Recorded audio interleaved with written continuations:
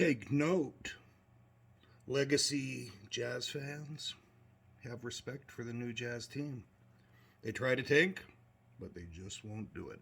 Give 300 seconds for today, the 1st of November, 2022. And what an exciting week we have ahead of us. I've got some announcements for some events that are coming up and that we might be able to see about getting you some discount codes. We will find out later on if that's going to be a possibility, and we'll post it in all the normal places. On the 17th of this month, I'm very excited to help Sarah Brook, the entire team at Utah Business, in promoting the Utah Business Economic Outlook on November 17th at the Hyatt Regency. Wow, this is going to be fun.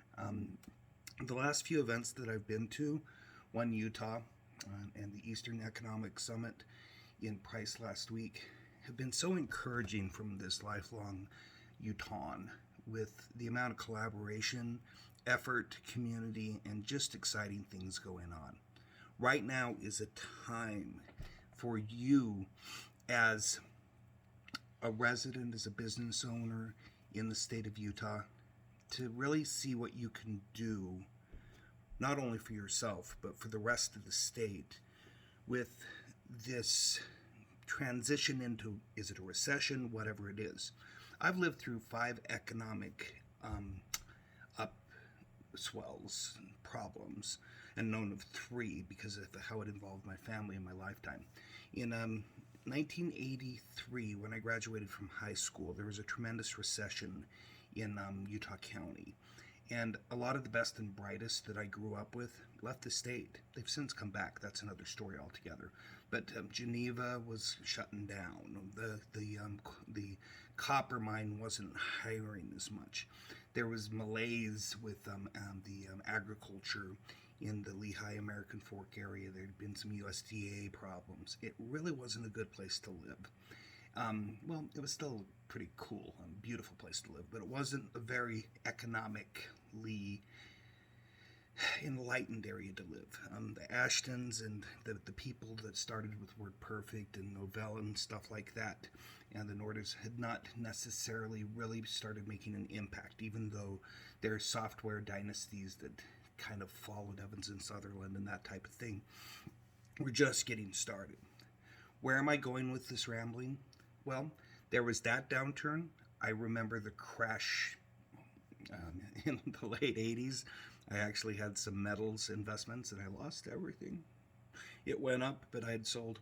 Won't go there. It was a youthful indiscretion, and I don't play that game anymore. Obviously, there was the economic downturn that affected all of us in the late 2008, 2009.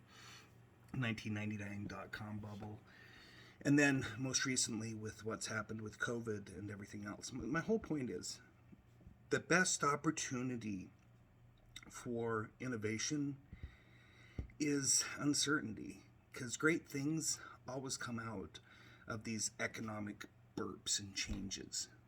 What can you do right now within your own network to shore up your position, so if this becomes a recession or even worse, some sort of global conflict issue with food and everything else.